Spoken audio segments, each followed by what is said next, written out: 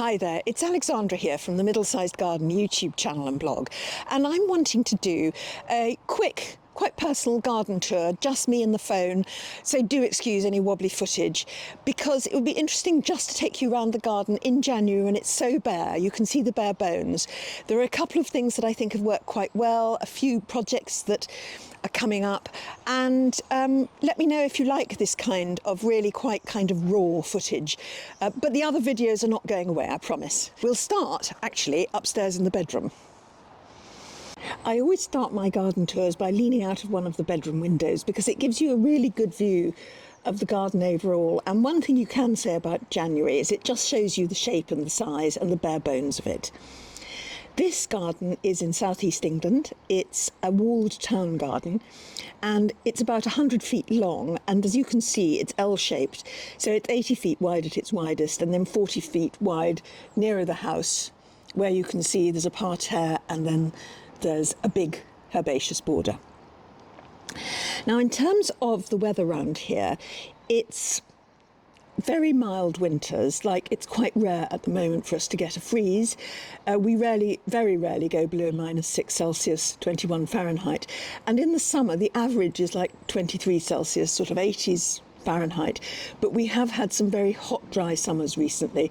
So that has taken us up, in one case, to actually 40 degrees. The big change in this garden this year is that there was a trellis, and I'm going to point out the area to you. There was a trellis sort of there, which marked out the vegetable garden from the main area, and we've taken that down. So that's opened up that growing part of the garden quite a lot, and it'll be interesting to see how that looks down on the ground when it's fully planted. The other thing I'm going to talk about is that this here, that bit, is the north-facing part of the garden. It's got a wall, it's got trees, so obviously it's quite tricky to grow things there, but we've actually done some things with the trees that have created a lot more light and I think have made it look good. So we'll go on down there and have a look. So, coming out of the back door, we go up these steps, and this is the bit that I call the parterre, and this is the bit I'd like to show you because it's north-facing, it's got a high wall, and when we first came here, both of those two tree trunks that you can see there and there were not the way they are now. Now, this used to be a single trunk. It's a lime tree. I think it was probably self-seeded even, and it was just very crowded and cramped, and we cut it down, but we left the stump in, and then, of course, it grew up but multi-stemmed, and then we cut it down again. And then for a long time it was a bush sort of coming right out here. And then I asked Felix, who helps me in the garden, if he could cut away the lower branches of the bush to make that a multi-stem. And of course that makes it much lighter. It gives you space for planting. It's also, I think, rather beautiful and elegant. And then this tree here, that conifer foliage went right down to the ground when we came here 20 years ago. And we cut it so that it was higher up. In fact, 2 or 3 years ago, we made it even higher. So there's actually now quite a lot of light under those. And as a result, I have what I call my little mini stumpery. And you can see some really old logs there, you know, like that. And those were from trees that were cut down when we first came here. The logs were too big for us to deal with, and we just popped them in the back of this border where they've rotted nicely. And since cutting back all of the foliage, I've also planted some ferns and also a heuchera, which is probably being a bit nibbled by something. Anyway, it's called heuchera, autumn bride, and it's been flowering away for, I mean, the flowers are over now, but it's flowered away for about 4 months, and the ferns are getting going. And of course, because stumperies have become, you know, quite a thing, when we had to cut down a tree, I asked Felix to dig up the tree stump, which of course was a lot of hard work. When I do videos on stumperies and go to people's gardens, they seem to have trunks and roots that are all beautifully sculptured. Well, I don't think there's anything very beautiful about that. Or that, but nevertheless, it is a stump and it is a stumpery, and I'm actually quite pleased with it. Now, under the tree, not much grows, and I think the message we take from looking at this is that if weeds are not growing in a place, then your plants probably won't. But with the increase in light, I've actually got some really rather nice cyclamen that have just self-seeded there. There's always a few euphorbia self-seeding all over the place. And of course, lamium, that is a really good shade ground cover.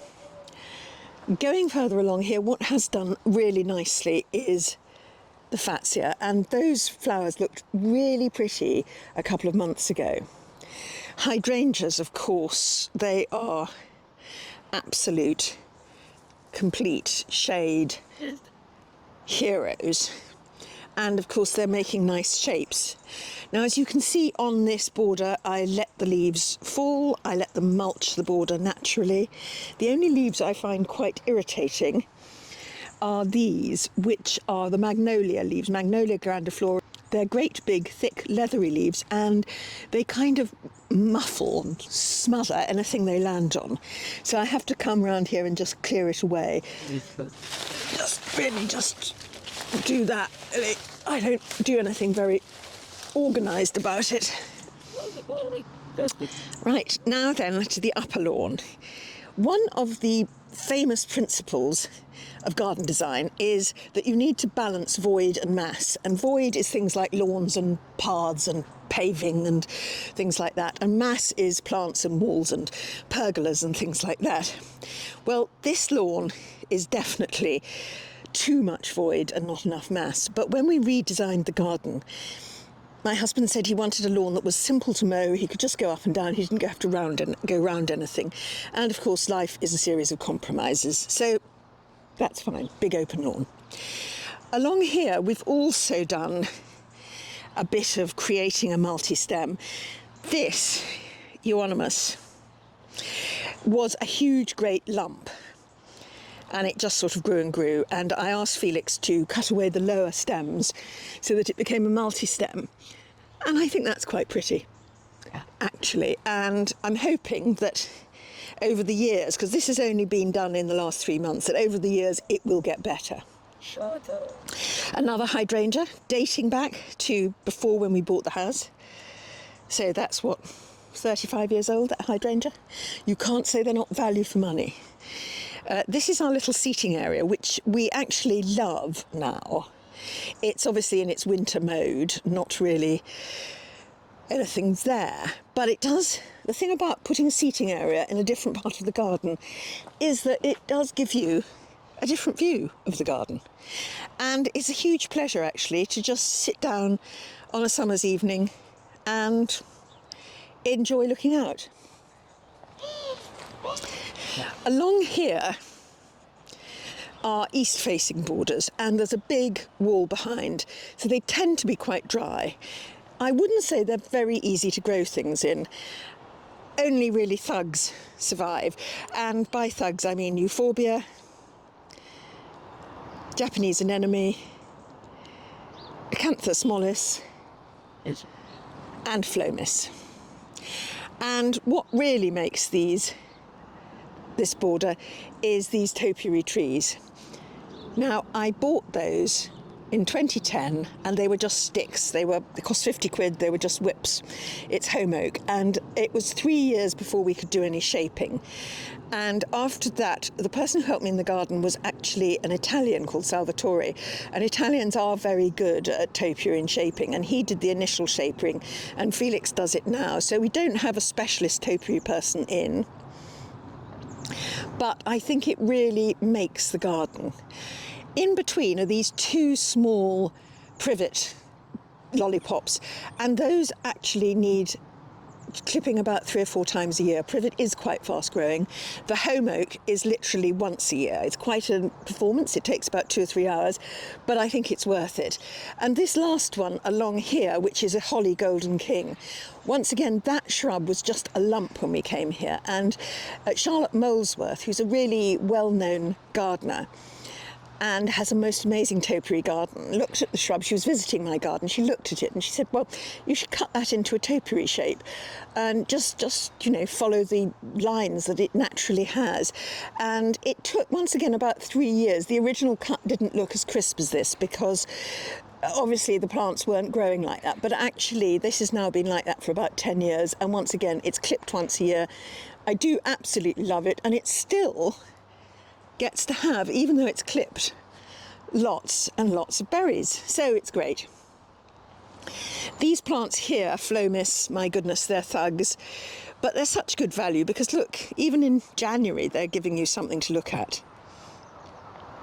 And down here it's kind of quite difficult to get things going. Lamb's ears do well, Phlomis does well. Some hellebores, this is a hellebore that will look actually better in about a month's time.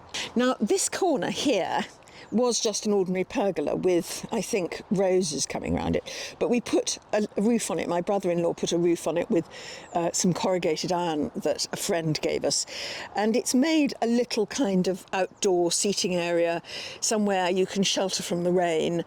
And we have sometimes used it a lot, and sometimes, you know, it gets a bit neglected. I'm sorry, it's looking a bit neglected now. But this is an informal garden tour. And now here what we have is a whole load of fruit trees along the back wall. That's a quince and a crabapple that you can see. And the quince is surrounded by some topiary box, which is cut into a pattern. Now, box, as you know, at the moment is not really something you want to be planting because of box tree moth and also because of box blight. But we do treat this about 4 or 5 times a year. We treat this. It's clipped maybe twice a year, so that's the amount of care it needs, and it's actually surviving pretty well. But as I say, if I was starting now, I wouldn't start with box. And now coming along here we have our habitat pile. Now I was of course inspired by Great Dixter, who have the most gorgeously kind of geometric sculptural habitat pile, but I don't know how they do it, but actually it's quite difficult to make a habitat pile look beautiful. But I have got a policy at the moment of not wanting anything to leave the garden, and these things are a bit too big for the compost, so they're piling up. I'm hoping that they're giving insects a lovely place to live, and the insects are then giving the birds a delicious meal. And they will break down slowly. It'll almost, I suppose, turn into a hugelkultur bed in a way. So we come on here to the working areas, which, like all working areas, a bit untidy. This is where the changes will be noticed this year, because these 4 beds, which used to be veg beds, I've planted up 3 of them with wildflowers. Literally 1 packet of wildflowers from a different company in each of the 3 beds. It's been great, but I think I'd like to go for something more permanent, and I thought I might try a wildlife-friendly cottage garden. And this is where we took down the trellis which was covered in ivy. So this time last year you couldn't see right through, standing here, to that pergola. Now that's going to give more light to both the vegetable beds and the main border, and it will be interesting just to see how differently things go. We then go round the corner to past more stuff that shouldn't be there, and then this is the walk down towards the pergola, which is a vintage pergola which a friend sold to me, having restored it, and I must say I love it. It's going to need to settle in more, because I'm hoping that the lavender around it will grow up and make it look a bit more natural. I think it's just sitting there at the moment. And then this is of course my main herbaceous border, looking very sad and green and brown. We keep all the seed heads in really until something is growing to replace it. That's chrysanthemum, aster, rather soggy looking crinum, veronicastrum there, verbascum, wild verbascum, that is literally self-seeded, echinops, just the last few ones coming through, and there are roses. And then you can see over there, that's surrounded with quite young, those lavenders have been like that for about 2 years. I'm hoping that this is the year that they will bounce out and become quite big. I have evergreen pots. I'm not brilliant on pots, but these evergreen pots have been pretty much like this for 5 or 6 years, so they're really low care. And one thing I forgot to tell you, and I would just love to show it to you, is that I wanted something separating the lower and upper lawns. And I was thinking, what could it be? What could it be? And nature showed me verbascums. They just literally planted themselves there in a neat little row. I love them. They were brilliant yellow flowers in the summer. They're now these very striking seed heads. So, what a treat. They are only annual, I think, so I'm not quite sure what we're going to do next year, but at least I've been shown the possibility of verbascum by some kind bird or group of kind birds. So that is pretty much the garden in January. Not the most exciting time, but at least you can see the bare bones before it starts to wake up. And if you want to know more about creating a stumpery in a little corner of your garden, I'll pop a video along the end, don't miss that. They are rather more beautiful stumps than mine, but thank you for watching, and let me know if you like the new format. It certainly won't replace my normal videos, but I thought I might be able to add a few extra in. So thank you for watching. Goodbye.